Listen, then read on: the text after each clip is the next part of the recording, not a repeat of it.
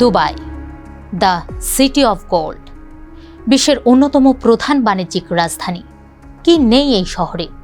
বিলাসবহুল পর্যটন কেন্দ্র, হোটেল, রেস্তোরাঁ, শপিং মল, আয়েশি জীবনের সব উপকরণ। শহরের প্রতিটি ইট পাথরের ভাঁজে ভাঁজে আভিজাত্যের ছোঁয়া। আরব শেখদের গড়া এক স্বপ্নের নগরী, যা কিনা গোটা দুনিয়ার বিত্তবানদের নিরাপদ আবাসস্থল বটে। সেই তকতকে ঝকঝকে শহর ছেড়েই এখন পালাতে চাইছেন অনেকে। বিলাসী জীবনের মোহ ভুলে কোনো রকমে জীবন বাঁচাতে চাইছেন তারা। ইরান যুদ্ধের প্রভাবে নিরাপদ ও স্থিতিশীল এই শহরটি আজ কঠিন এক বাস্তবতার মুখোমুখি। ঝুঁকিতে পড়েছে শহরটির ভাবমূর্তি। সেই ঝুঁকি কতটা? চলুন জেনে আসা যাক। সঙ্গে আছি আমি, বর্ণা দাস। 5+ স্টার রেটিং প্রাপ্ত দেশের সর্বোচ্চ বিদ্যুৎ সাশ্রয়ী ওয়ালটন এসি। স্মার্ট কমফোর্ট এখন নেক্সট লেভেলে।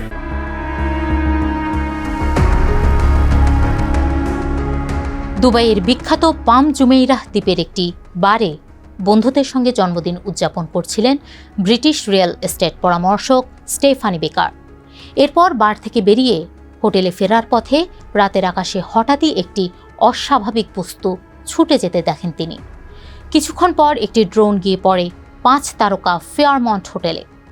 বেকার ও তার বন্ধুরা তখন ঠিক রাস্তার অপর পাশে দাঁড়িয়ে ভয়াবহ এই ঘটনার সাক্ষী হন। বছরখানেক আগে দুবাইয়ে বসবাস শুরু করা স্টেফানি সব সময় এই শহরটিকে নিরাপদ ভেবে এসেছেন, কিন্তু এই ঘটনা তার ধারণাকে পাল্টে দিয়েছে। বেকার বলেন, আমরা সবাই ভয় পেয়েছিলাম। এমন কিছু দেখা সত্যি অপ্রত্যাশিত ছিল। তবে ড্রোন হামলার পরও তিনি শহর ছাড়ার পরিকল্পনা এখনই করতে নারাজ। এক্ষেত্রে তার ভাষ্য, পরিস্থিতি যেভাবে সামলানো হয়েছে তাতে আমি আরও নিরাপদ বোধ করছি।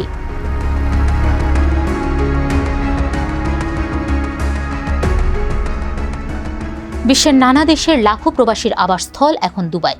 এই শহরে শুধু ব্রিটিশ নাগরিকই আছেন প্রায় 2,40,000। অথচ সংযুক্ত আরব আমিরাতের নাগরিকদের এই হার মোট জনসংখ্যার মাত্র 10%। এর কারণ, গত কয়েক দশক ধরে দুবাই নিজেকে একটি স্থিতিশীল ও নিরাপদ শহর হিসেবে গড়ে তুলেছে। কাচের আকাশচুম্বী অট্টালিকা, করমুক্ত বেতন এবং ব্যক্তিগত নিরাপত্তায় সুনাম কুড়িয়ে মধ্যপ্রাচ্যের ব্যবসা ও পর্যটনের বড় কেন্দ্র হয়ে উঠেছে এই শহর। পৃথিবীর বিভিন্ন প্রান্ত থেকে উন্নত জীবনের আশায় ছুটে এসেছেন বিত্তবানরা। সেই বিত্তবানদের এখন দোটানায় ফেলেছে ইরান যুদ্ধ।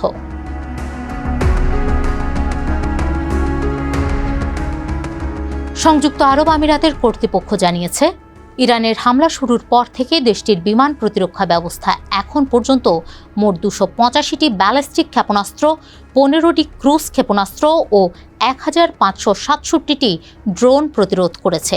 কর্মকর্তাদের মতে এর 90% বেশি আকাশেই ধ্বংস করা হয়েছে। তবুও কিছু ধ্বংসাবশেষ দুবাইয়ের বিভিন্ন এলাকায় পড়েছে, যার মধ্যে বড় আবাসিক এলাকা ও বিমানবন্দরের কাছাকাছি জায়গাও রয়েছে। এসব ঘটনায় 6 জন নিহত এবং 141 জন আহত হয়েছেন, যা নিয়ে সবাই ভীত না হলেও অনেকের মধ্যেই আতঙ্ক বাড়ছে। এই যেমন অ্যাডাম ক্যালো নামের এক ব্রিটিশ নাগরিক 2024 সালে স্ত্রী ও 2 ছোট ছেলেকে নিয়ে দুবাইয়ে আসার পর এতদিন সব স্বাভাবিক থাকলেও এখন বিস্ফোরণের শব্দে তার শিশুরা আলাদা ঘরে ঘুমাতে ভয় পাচ্ছে। যা নিয়ে ক্যালো বলেন, কর্তৃপক্ষ আমাদের নিরাপদ রাখার জন্য যথেষ্ট করেছে, কিন্তু তবুও অস্বস্তি রয়েছে। প্রশ্ন হলো, এই অবস্থায় কি স্বাভাবিক হয়ে যাবে? অন্যদিকে নাম প্রকাশ না করার শর্তে একজন এয়ারলাইন কর্মী জানান, তিনি এই সপ্তাহে অস্ট্রেলিয়ার মেলবোর্নে ফিরে গেছেন। তিনি বলেন, প্রতিদিন বিস্ফোরণের শব্দ শুনে খুব উদ্বিগ্ন লাগছিল। আপাতত চলে যাওয়াই নিরাপদ মনে হয়েছে। পরিস্থিতি স্থিতিশীল হলে আবার ফিরব।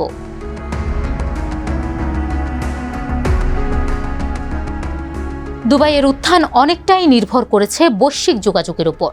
দুবাইয়ের আন্তর্জাতিক বিমানবন্দর বিশ্বের সবচেয়ে ব্যস্ত বিমানবন্দর। গত বছর এখানে প্রায় 9 কোটি যাত্রী যাতায়াত করেছেন, কিন্তু সংঘাত শুরুর পর হাজার হাজার ফ্লাইট বাতিল হয়েছে। ফলে প্রায় থমকে গেছে এই ব্যস্ত বিমান কেন্দ্রটি। এখন কিছু সীমিত ফ্লাইট আবার চালু হয়েছে, তবে যুদ্ধের প্রভাব এরই মধ্যে বেশ ভালোভাবেই পড়েছে। গ্রীষ্মের তীব্র গরমের আগে শহরটিতে পর্যটকদের ভিড় বাড়লেও অনেকেই ইরান যুদ্ধের কারণে সফর বাতিল করেছেন। কিছু বিলাসবহুল হোটেলে কক্ষের ভাড়া স্বাভাবিকের তুলনায় অনেক কমে গেছে। জানিয়ে গেটস হসপিটালিটির প্রতিষ্ঠাতা ও সিইও ডক্টর নাইম মাদাদ বলেন, দুর্ভাগ্যজনকভাবে মে মাস পর্যন্ত বুকিং বাতিল হচ্ছে। বছরের শুরুটা খারাপ হলে পরে সেই ক্ষতি পুষিয়ে নিতে অনেক দৌড়ঝাঁপ করতে হয়।